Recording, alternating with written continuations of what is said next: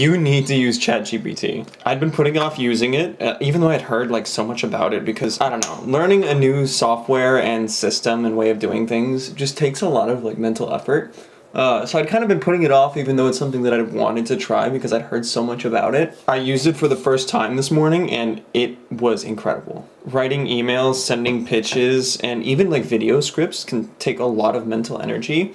And I had no idea like the amount of mental energy it took until I started to like offload it with ChatGPT. It's kind of wild. And it's something that I'd heard a lot about, you know, but it's one of those things that I feel like you kind of need to experience it in order to get it. Because I definitely had heard a lot about like, oh, it's like having a conversation with a computer, but it's really like having a conversation with a computer, even down to like telling it, good job, like this was good, this is what I want to see more of. That was crazy. I never thought I'd be giving my computer affirmations, but I'm here for it. Spread the love around.